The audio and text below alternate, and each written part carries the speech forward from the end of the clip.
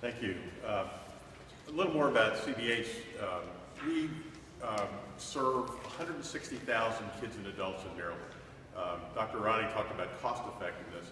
Since the recession started, the community providers across the state, many represented here today, have served 70,000 new people. The enrollment in the public mental health system grew from about 90-some thousand to 160,000 today. That's like a 60+% growth rate. Expenditures during that time went up about half that rate. The average per capita cost of people using our system is lower today than it was in 2004. I don't think you get more cost effective than that, but we're kind of at a tipping point financially. And the message today is meant to reinforce a message that all of our members have been sending to Governor-elect Hogan since he was elected, and that is, A, support community behavioral health services, sustain an inflationary rate adjustment that is supposed to take effect January 1st of 4%. This increase is due to a piece of legislation passed in 2010 that requires that these community behavioral health programs be treated the same way hospitals are, managed care organizations are, nursing homes are, in that every year their rate structure is adjusted for inflation. It seems sort of a fundamental part of financing of a vital safety net service like this, but it has not routinely been the case.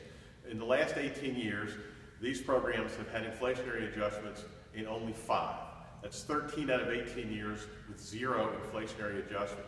So the number one request we're making to the governor-elect is sustain that 4% increase that's taking effect July 1st and follow the provisions of the legislation from 2010 and make sure these agencies who do the great work you've been hearing about get the kind of increases they deserve year after year. In the press packets is a little information to support what I've just said. There's a history of inflationary adjustments or lack thereof with a lot of zeros on it. There is also a little document called A History of Neglect that talks about how historically and traditionally these services have not been well supported by the state budget. An example, in 2011, the legislature passed a bill increasing the state alcohol tax. Initially, that alcohol tax was supposed to support a number of human services. 15% of the proceeds were supposed to go to mental health, 15% to substance use services, 15% to developmental disabilities, and other percentages to other parts of the healthcare system.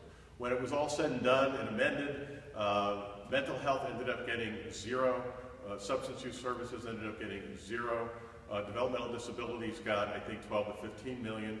But most of the money that was initially earmarked to be spent for human services ended up going to school construction. And we have it on good authority that some of our money went to put AstroTurf on 2 football fields in Howard County. But that kind of neglect has to stop.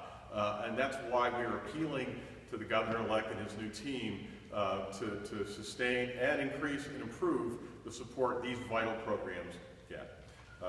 That's my message today.